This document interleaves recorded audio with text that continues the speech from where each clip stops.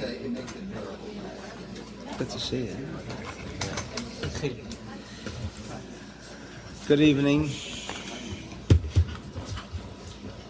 We were discussing Parshat Lech Lecha at the last session concerning the Meraglim, concerning the spies, and I think more or less we covered that as best as we could under the circumstances with a limited amount of time. And this week we're going to be discussing Parshot Korach, the embattlement or the sudden division within Israel between two camps. But before we proceed into Korach, I think we'll have a better understanding of what took place there between two factions of Judaism. And I know, in fact, I received a letter today from someone who was an avid reader of all material of the Center for some 17 years, but he says, I think you seem to be lending a great deal of support for the non-Jew and less support for the Jew. And it's not out of design, but if we are to discuss the essence of what is called Judaism, then we naturally refer to the Bible. And there is no greater evidence of what the essence of Jew is than from the Bible. And certainly the picture that has emerged from the Bible doesn't appear to be so favorable towards the Jew. And so again, I feel somewhat at a disadvantage that suddenly here again, I might be accused of being an anti-Semite because I'm going to raise another quarrel, another disagreement, a very serious disagreement that arose within Israel. And we are discussing that generation that witnessed all of the miracles of the 10 plagues, splitting of the Red Sea, etc. And then we're going to be discussing a more serious division within Israel. Not that we haven't met during the course of the Bible, the golden calf and the constant bickering of Jews against Moses. But this one is of a more serious nature. But what appeared to be very strange, however, I think it's going to be a proper introduction to an understanding of what really took place between Korach and Moses and Aaron. Now, for those of you not familiar with this particular incident, I refer to chapter 16 of Numbers, where it says, and Korah, the son of Yitzhar, the son of Kehat, who was a Levi, and also two others whose names were Datan va'Aviram, bnei Eliab ve'on, ben Peled bnei Reuben, and they decided to rise up against Moses, 250 strong. And verse 3 says, and they assembled themselves against Moses and Aaron and said, you take too much upon you. Meaning more specifically that you, Moses, is the leader of Israel. You, Aaron, appointed by your brother, the high priest, and both of you have your origin in the tribe of Levi, and here am I, also a Levite, and I'm to be left on the sidelines, act as a simple Levite, without any of the honors that have been bestowed upon you too. It's almost like nepotism. Yeah. This is a family affair. Everyone takes all of the spoils and all of the treasures and all of the important positions for yourself, and you're leaving us out. This is what, for most who read the Bible literally, seems to be the essence of this argument between the two. And of course, from a Kabbalistic point of view, we're going to raise several questions concerning this incident. Because again, the literal translation of what transpired is, according to the Zohar, completely meaningless. And it doesn't provide us with any kind of message. Certainly, of what interest is it that there, some 3,600 years ago or 3,400 years ago, there was a quarrel amongst the Jews in Israel, as if today we are all of a different kind of breed, and there are no arguments amongst the Jews in the nation of Israel and so forth. So this is one of the incidents that we will be touching upon this evening. Now, strange as it may seem, in the Zohar, which is what we're going to read to make our connection on another level of consciousness to understand the same things, but we know that merely by reading the Zohar, we achieve a greater awareness of the very same essence that we will be discussing. So why not take advantage of the material and tools that have been placed before us? And at the end of Parshat Shlach Lecha, which dealt with the spies, for no apparent reason, the Zohar begins to discuss a subject which took place in Exodus, Leidat Moshe, the birth of Moses. But why would the Zohar suddenly present to us the story of Moses, his birth, how it happened? And I'm referring to page 119 of the Parsha of Shlach Lecha, and I quote, Kol Nevi'im and Nevi'im, and I read it in Hebrew very pointedly because we know that the power of the Hebrew alphabet, more specifically the Zohar, motivates within us the potential dormant, unfortunately, cosmic consciousness, which is within the minds of all of us, except for many of us, we are not constantly aware of this great potential that is within all of us. So we read the Zohar, and that immediately opens up the door to this internal computer that is called cosmic consciousness of the human being.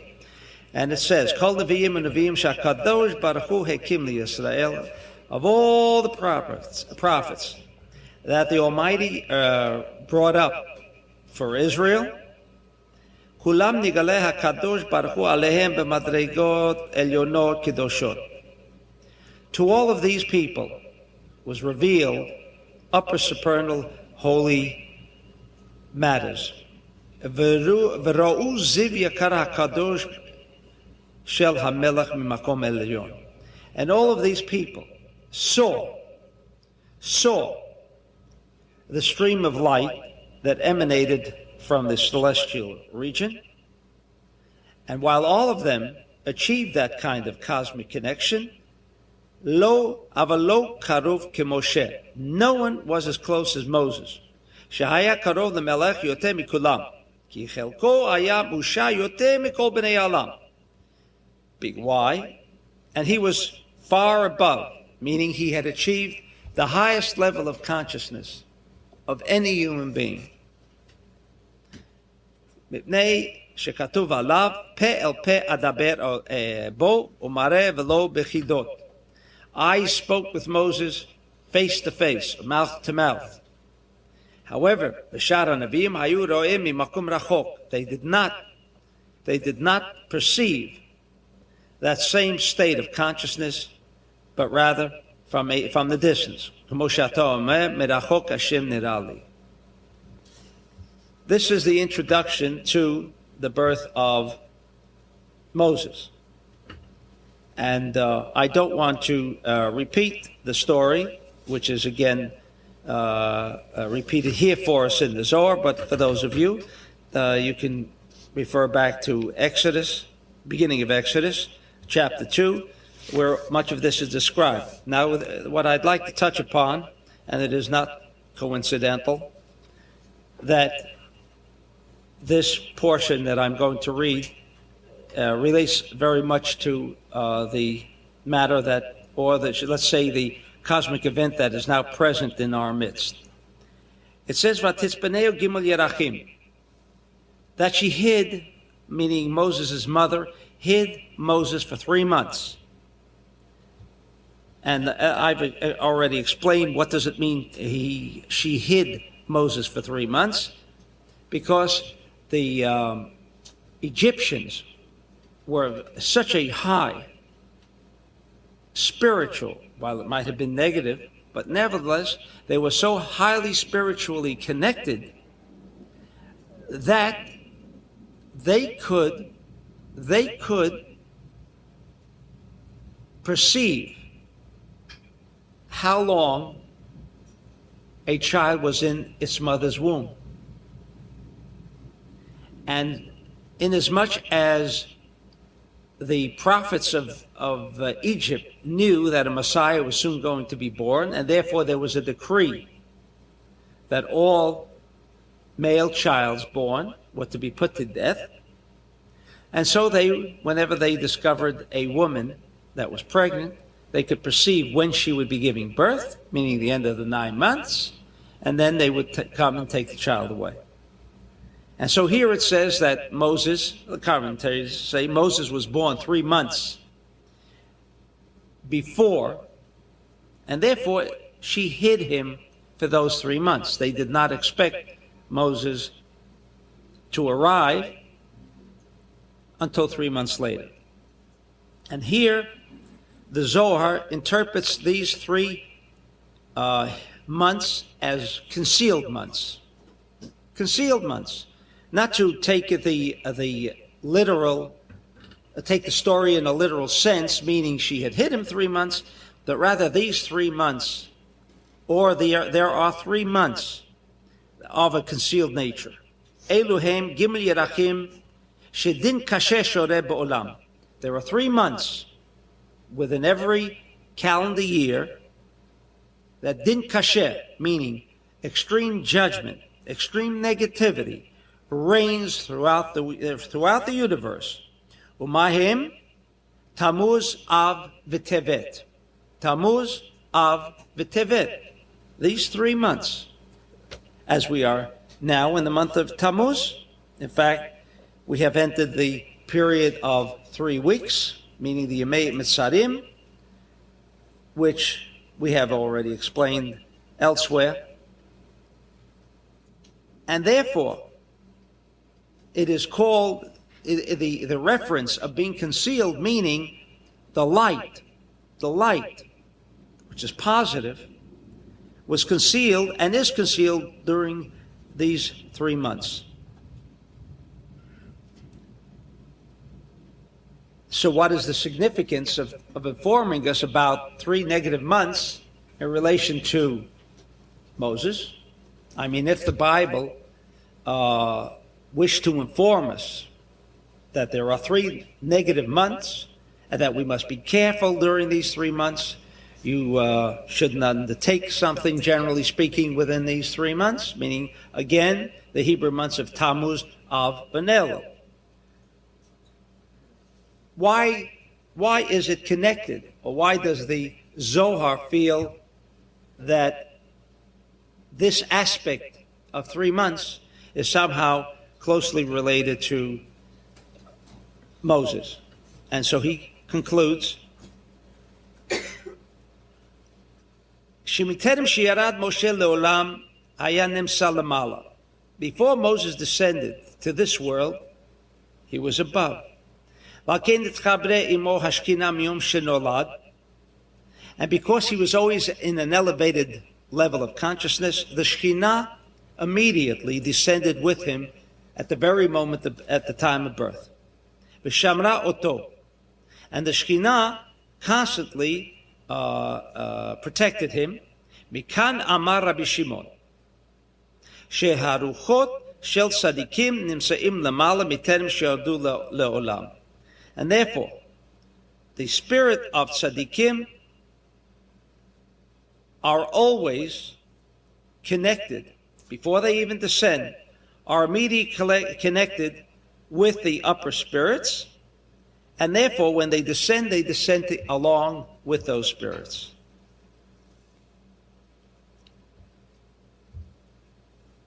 These 3 months also are symbolic in as much as they are connected to 3 distinct periods concerning the Holy Temple. The month of Tevet, or Asara b'Tevet, the 10th day in the month of Tevet, the outer wall of Jerusalem was pierced, meaning the Romans entered, they pierced the wall and entered the city of Jerusalem on the 10th day of Tevet. Tammuz, the 7th day of Tammuz, was the time when they pierced the wall around the temple. And 21 days later, in the month of Av, they destroyed the temple.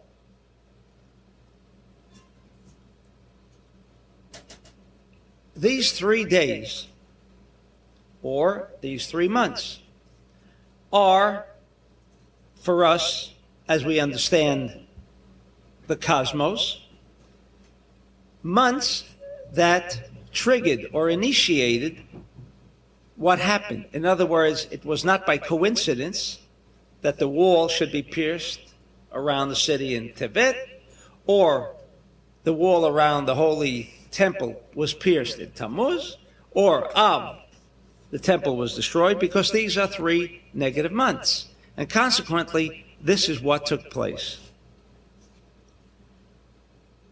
And because the Zohar says that Moses never died, and we have discussed this also previously, he never died.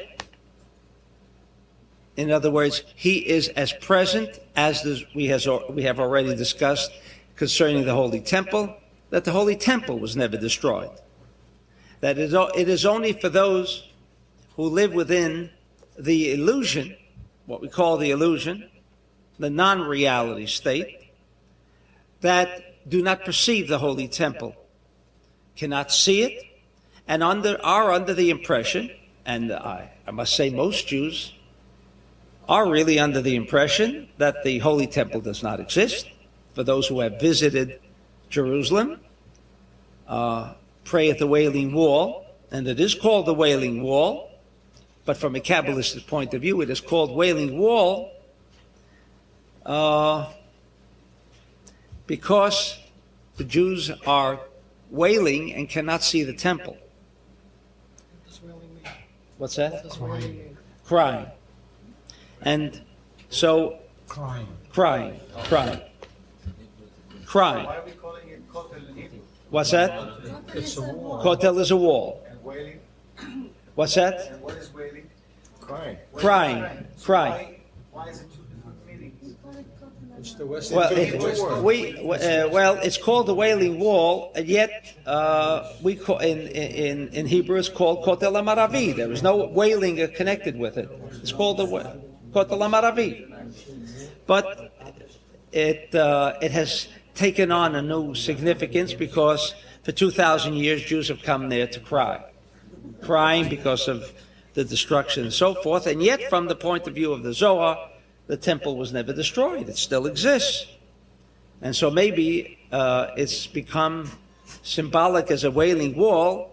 That is, the wall is crying because nobody can see the temple.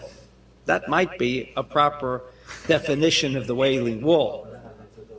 Now, I know this is completely contrary to the common understanding of the temple. And the Zohar says, and therefore he relates these 3 months, that it is only for those who can connect to Moshe, only those who can connect to Moshe, that can achieve this connection with Moshe, who was present and also didn't die,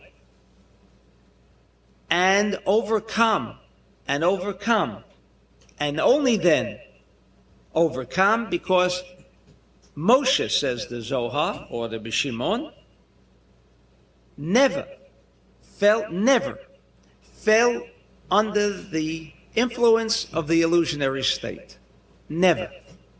Because that which he had experienced before birth, and there is a tradition that before the brit of a child, there is a Friday night, a little ceremony, which is to commemorate, we'll put it that way, because I don't want to touch on, one day we will touch on the aspect of brit, of circumcision, but right now it is to commemorate the aspect that this little child, who was full of cosmic awareness and cosmic intelligence and cosmic knowledge, received a kind of little pinch here in the lip.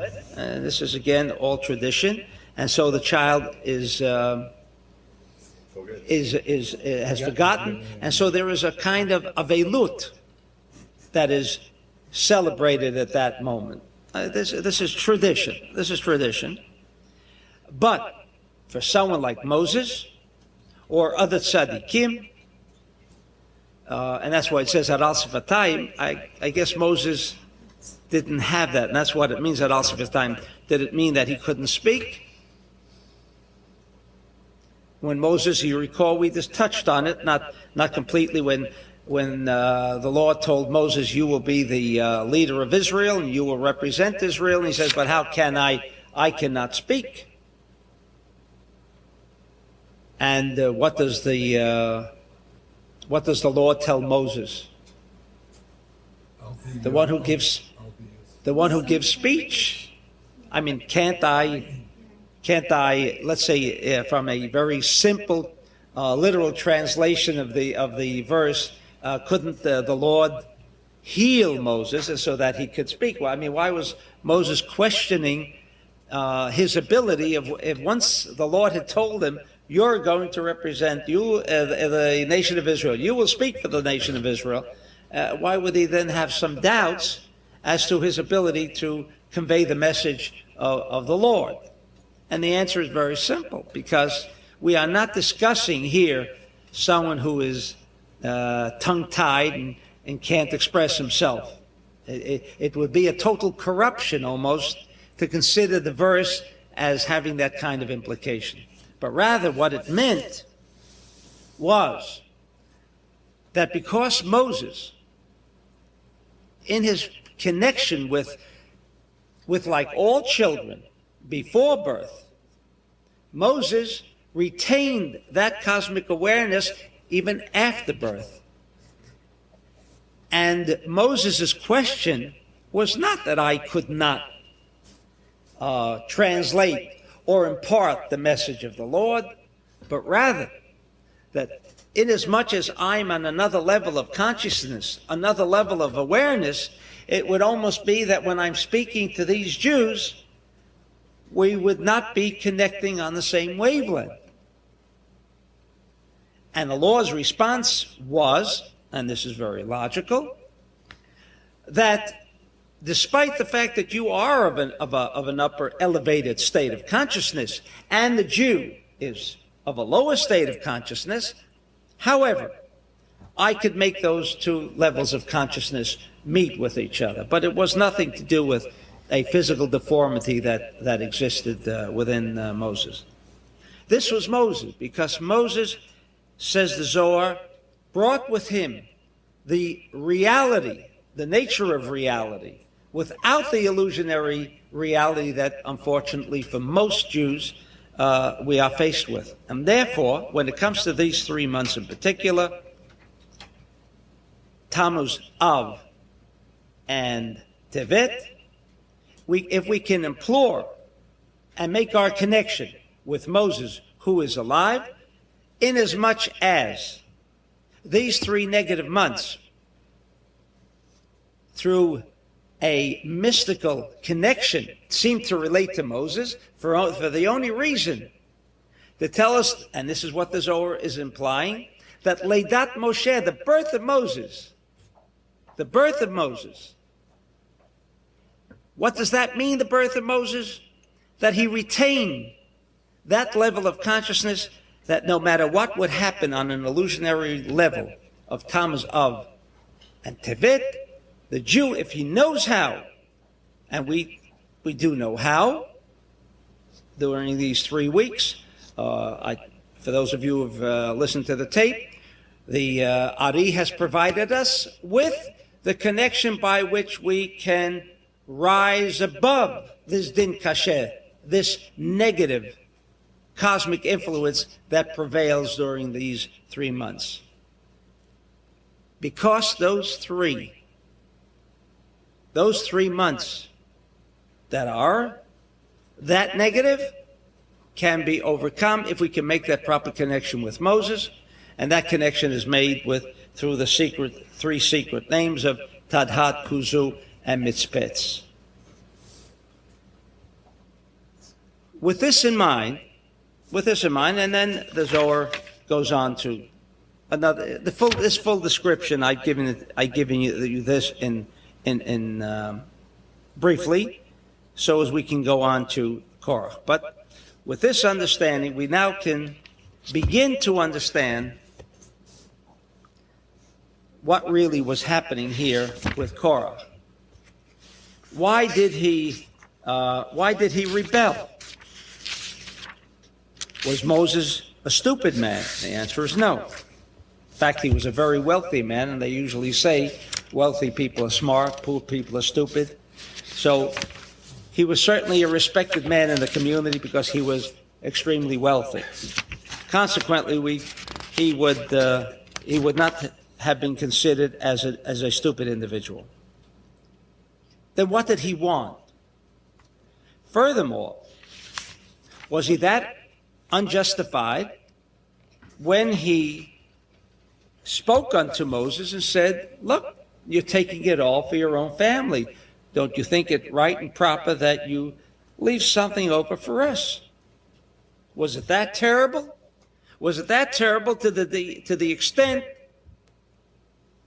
that an earthquake came and swallowed up these 250 people? Why should he suffer that kind of consequence? All he was saying is, permit me the priesthood.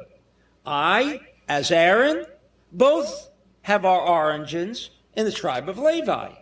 So why him more than me? And for that, earthquake swallowed up completely.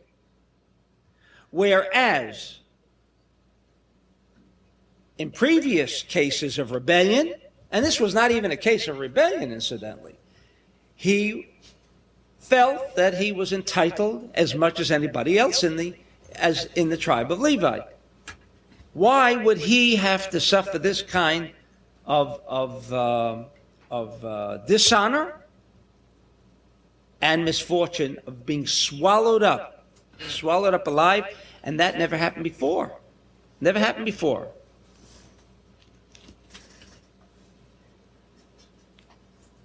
And I quote from the Zohar,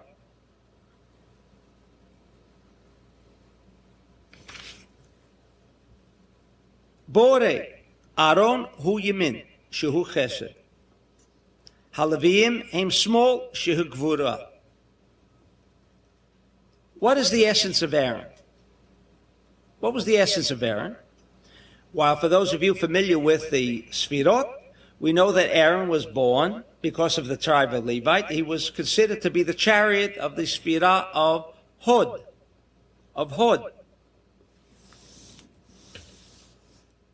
And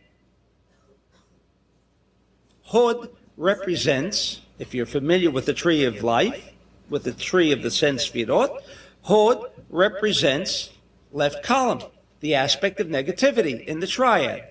You know, you have the two triads of the Magen David. The lower triad, the left side of that lower triad, is represented by whom? Aaron. So in other words, his point of origin began as a Levite. However, says the Zohar, while the Levite, of which Aaron was the chariot, is represented as the negative force in the Magen David, nevertheless, Aharon hu Yamin. How did he suddenly become Yamin? How did he suddenly become right column? Was he appointed to have the energy of right column? How do you get appointed as a right column energy? Either you're left or you're right. We know that Moses, also in the part of the Zohar that we just quoted, it says his mother saw that he was good.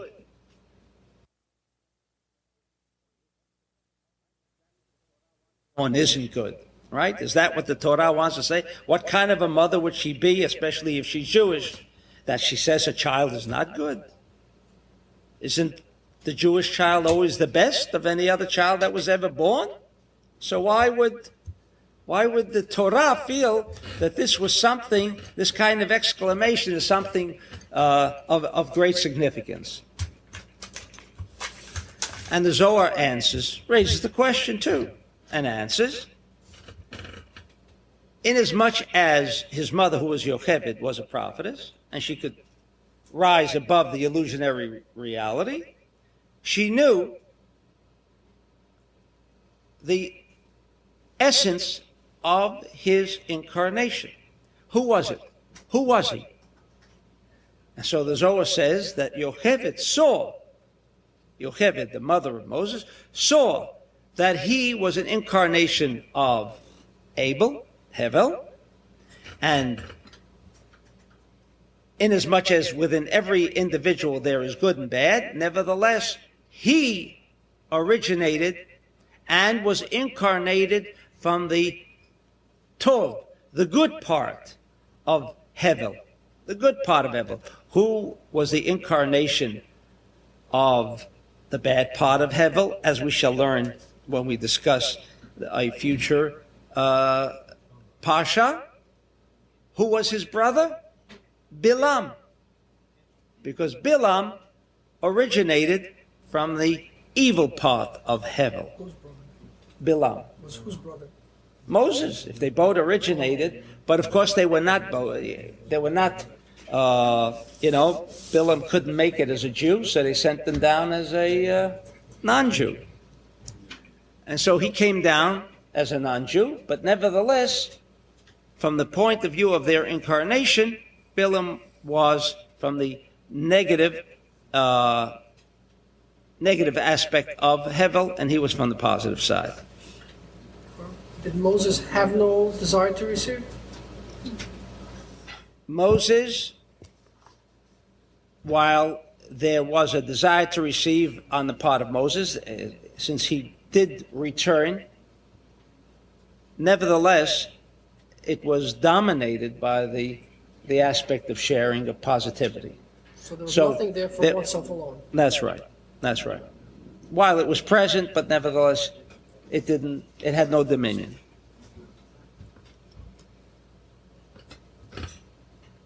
And Korach, says the Zohar, was an incarnation of Cain. And so, when we raise the question, why suddenly, and what's wrong here, and what's really taking place from the point of view of Korach, he seems to be justified, and for what reason should he be swallowed up? And maybe he should have been entitled to the priesthood. And for what reason should Moses, while it was with the I'm sure with the blessing of the Lord, that Aaron be appointed as the priest, the Kohen, but why Aaron, who stemmed from the left column as Korah? But the Zohar says Aaron was Yamin. He was positive, only for the reason that the Zohar says, rather a minor characteristic of Aaron. For those of you who are familiar with the Talmud and much of the commentaries on the Bible, that Moses was an individual who was always seeking to make peace. Peace. Aharon. I said Moses. Aharon. Aaron was constantly thriving to make peace, whether it was between man and wife, two individuals. That was his objective. Why was that his objective? Because we know when you stem from the positive aspect, as Aaron did, which is chesed, meaning to create a completeness, a wholeness within the universe. If this was his objective, then along the line, in his effort to achieve peace, he was then making his connection to the Sfira of Avraham. What was Avraham? The aspect of sharing. And since he made this effort, Aaron made this effort all along to bring this kind of wholeness to the universe, therefore he elevated himself to the upper triad and connected to the Sfira of Chesed. Therefore he was appointed, says the Zohar, to be the high priest. If so be the case, and this is the reason that Aaron was the high priest, then what was the problem of Korach? What was the problem? What did he want? From the point of view of the Bible, if you translate the Bible as it is, literally, there is no explanation. But along comes the Zohar and reveals to us the internal motivating thought of Korach. Korach ratza lasot chiluf hayamin l'smol. Sheratza hakuna. He wanted the priesthood shehu yamin b'shvil halavim.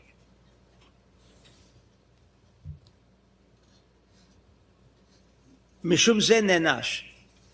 What was his sin? The questioning of why Moses was dispensing political offices to others or members of his own family, was that his sin? Says the Zohar, of course not. The question was very valid. If that's all that the question entailed, and if that's all that Korach was raising, why was all of these political honors being reserved for that family and no one else? That was not the problem that Korach was raising. But rather, he was saying that despite the fact that I am of a negative quality, in other words, he was not disputing the fact that Aaron had achieved a level of consciousness of chesed, which is the first sphira of the seven sphirot, meaning he was of a higher level. But he was asking, supposedly, why should the priesthood, which seems to indicate that, what is the priestly family? Blessings, healing, acting as a channel for positive energy. Why couldn't that kind of energy also be channeled through a negative column? In fact, if we are to observe any system of energy on a physical level, it is the negative quality that draws the energy, not the positive one. Even in a bulb, it is first drawn through the negative wire, negative pole, and then ultimately it winds up, which scientists to this day don't understand why, but ultimately energy is dispensed through the positive pole. And they don't know why. But initially, it is the negative pole that draws into the bulb the energy. And so Korach, understandably, was asking, why shouldn't the Leviim, the Levites, who are in essence the negative aspects of Israel, why shouldn't they be the channels for drawing down this energy? And because he raised that kind of question, and this sounds logical, but what is not logical is, why was he punished? Why was he punished? And the Zohar says immediately, Mishum ze nenash. He was punished because he wanted to change.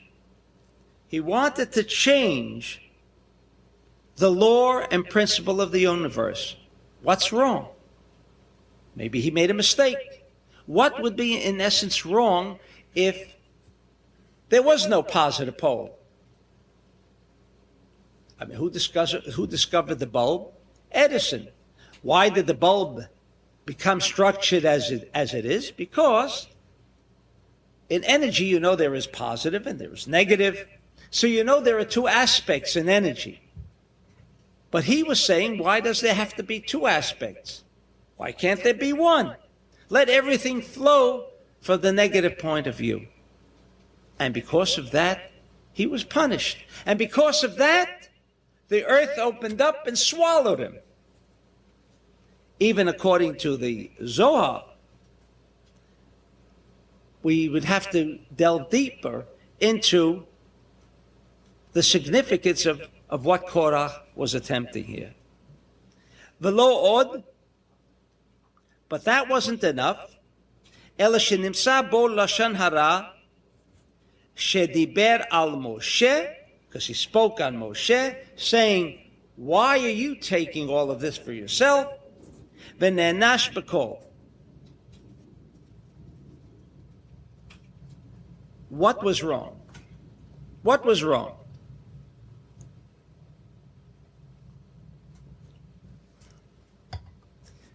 But for those of us who have at least learned some of the basic elemental rules of Kabbalah,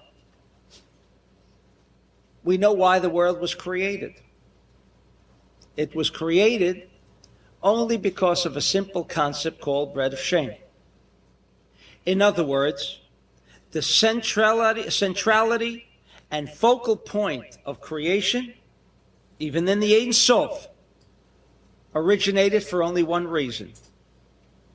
The Creator wished to share, and he created a vessel to receive. In other words, there was no such thing as right column, left column, central column, no such thing in Ein Sof.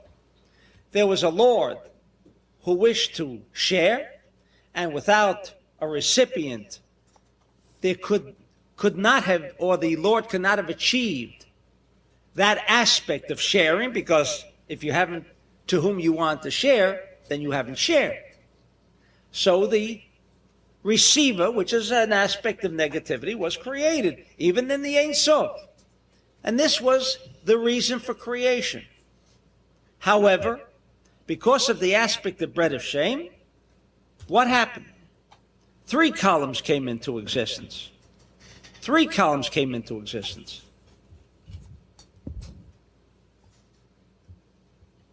This was the point, and this was the concept, and this was the idea that Korach was making an attempt to undo.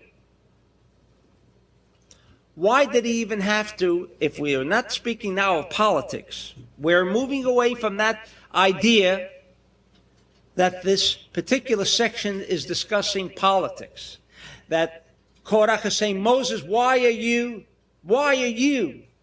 taking all of the honors for your own family? And so the Zohar says he spoke Lashon Hara. Why did he have to speak Lashon Hara? He was raising a rightful question. Why all of it to one family? Then why did he have to speak Lashon Hara on Moses, saying, you're taking it all for yourself? Why didn't he merely say, what about me? Why not me? But the Zohar has to add that he was also speaking Lashon Hara. Why did he have to speak Lashon Hara on Moses? At this point, again,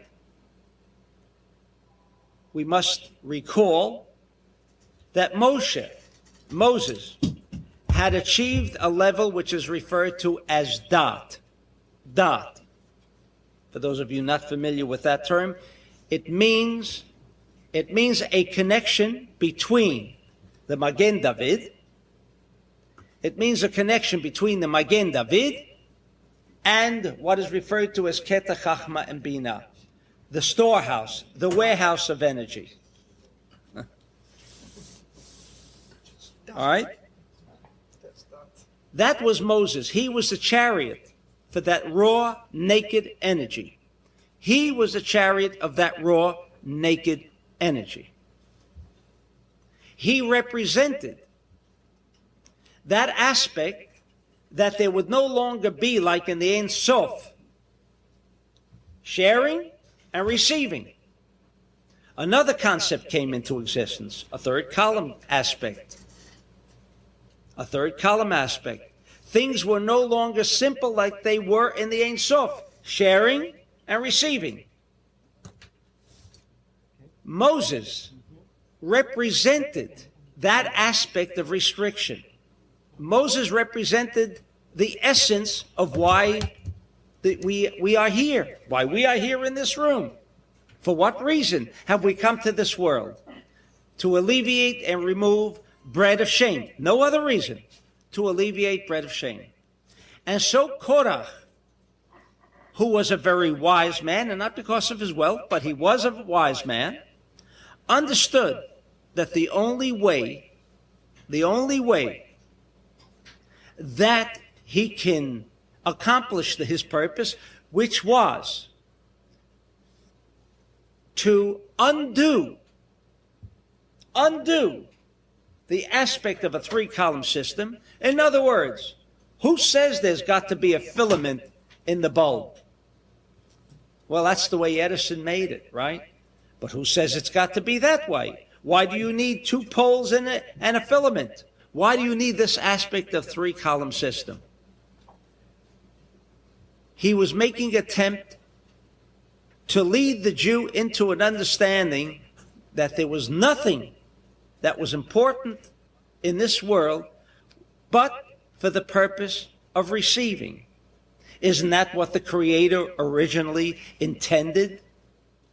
The souls of the world to be established? For what reason? Why are there souls? The souls are vessels for capturing energy. No other reason. Korach's attempt was to mislead not only the nation of Israel, but to revert back to what the Egyptians had in mind. If you recall, when we discussed the power of the Egyptians, what are the pyramids all about? It is one essence, that this world is established on one principle, not two principles and not three principles, one principle, to receive. We are here to take. No other reason. Wasn't that the original idea in the Ein Sof? That's the original idea that still continues. Why was there a removal of souls from the Ein Sof to this awful world of misery and wars and whatever? Well, they didn't question why. But nevertheless, what they wanted to accomplish, that means Korach wanted to accomplish the very same thing that the Egyptian or Pharaoh in Egypt wished to accomplish, that this world does not work on the principle of an atom of three essence, but rather on one essence, desire to receive for oneself alone.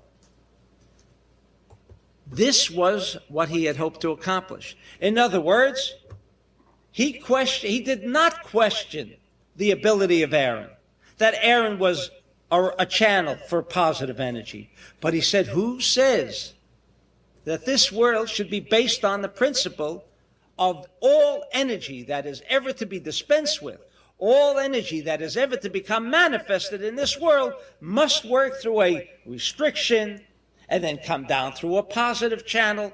Let it come straight through the negative channel, like it were operated in the Ein Sof. This was his objective. Because of that objective, in other words, because he again was brought almost like, and the Zohar tells us, as well as the Ari, who was Korach? He was an incarnation of Cain. What was Cain? The aspect of what? Negative energy.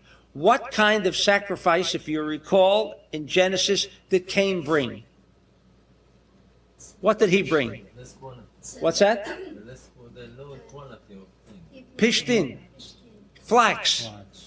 He brought flax. Flax is what you make. It's what you make linen from, right? Pishtan. And what was that about? We have discussed it in the past, but briefly stated that Pishtan is an entity that has one quality. It draws and draws and draws to itself. That is the aspect of shatnez. The reason we do not combine flax and linen together, because flax and wool together, flax is linen, flax and wool together, is because wool has an internal essence and characteristic of sharing, and linen or flax has that negative quality. And there is nothing that can act as a synthesizer to combine or make these two work together.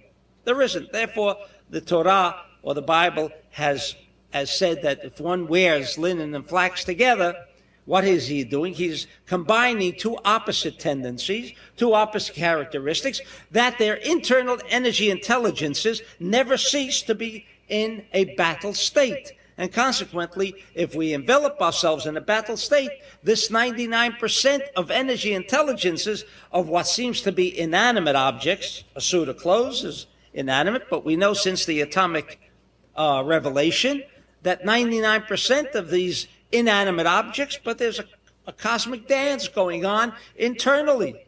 And so linen and flax are constantly at war with each other. And so therefore not prohibition, but the advisement that it doesn't pay to wear a suit of clothes that combines flax and linen together. This was Cain.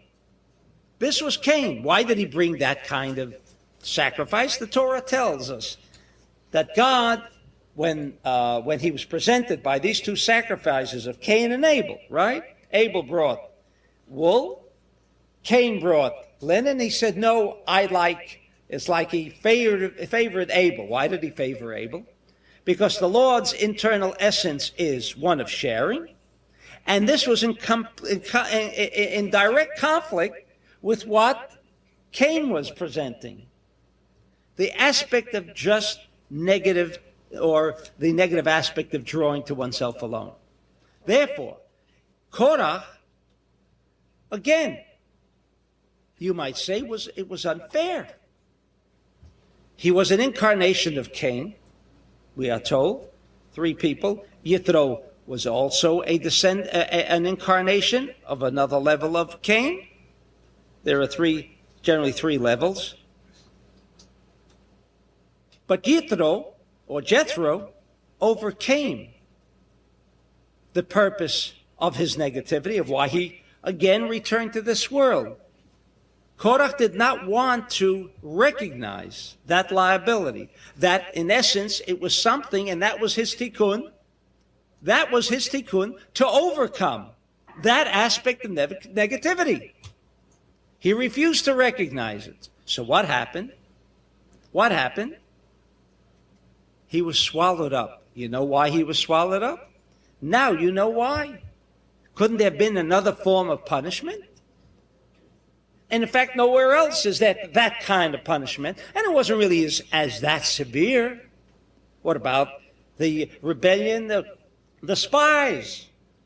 The spies, what did the spies incur for the nation of Israel? They're all going to die in the desert. That was terrible. These 250 people rebelled, but they didn't drag down the nation of Israel with them, and they suffered swallowing up by the earth. The spies suffered nothing of any consequence other than they would never enter the land of Israel. But they brought total havoc. These people were destined to die in the desert. They could not enter the land of Israel. This man, with his 250 followers, had a disagreement, a logical disagreement, and yet look at the punishment that was wrought upon him by the Lord. The answer is because he was going to change the essence of the universe, so he thought, and that the aspect of desire to receive for the sake of sharing would not exist, and so he was swallowed up. The earth is symbolic of what aspect? Gravitation. Draws to itself. And so the earth swallowed him up because that was the aspect, what? The similarity. That was very similar between him and earth. And he got what he wanted. That's right. Why is he Okay. screaming? What's that? So why is he screaming? Why is he still screaming? Because now he realizes that he was wrong, maybe. That he couldn't change, that the essence of our being and the essence of our reason of being in this world is the aspect of desire to receive for the sake of sharing, not just the aspect of receiving. And this was his tikkun. But the Creator created us just for receiving. We're That's the one right. That's That's correct. However, that's right. And this is what he wanted to change, convert the aspect and say, wait a second, we're all in Ein Sof. This aspect of bread of shame is only an illusionary reality. So let's revert back, and the fact he was so noble, let's revert back to the Ein Sof, where all that was, what happened in the Ein Sof? Receiving endlessly, beautiful. Who needs all of this illusionary form of chaos that exists within the realm of illusion? But it's Adam Rishon that made the mistake. It's not him. And he's he was trying going to continue to perpetuate that kind of mistake. That's what he wanted to do. Like the Egyptian in Egypt, he had set upon to change that aspect. So he was not, in essence, speaking of Aaron representing the priesthood. That's not what the Zohar says was what he had in mind.